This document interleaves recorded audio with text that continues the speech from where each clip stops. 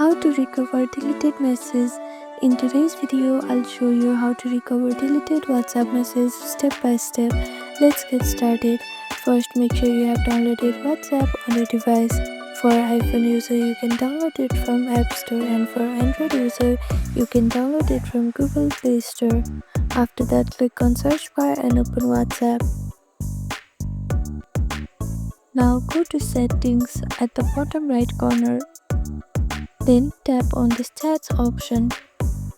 Tap Chat Backup.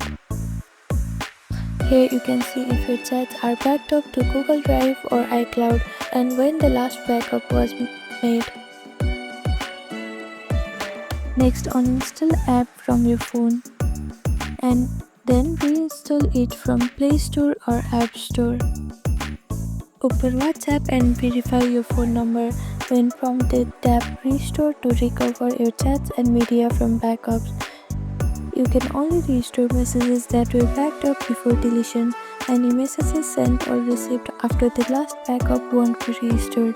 If you don't have a backup, some third-party recovery tools might help, but use them carefully and always choose trusted software. And that's it. This is how you recover deleted WhatsApp messages.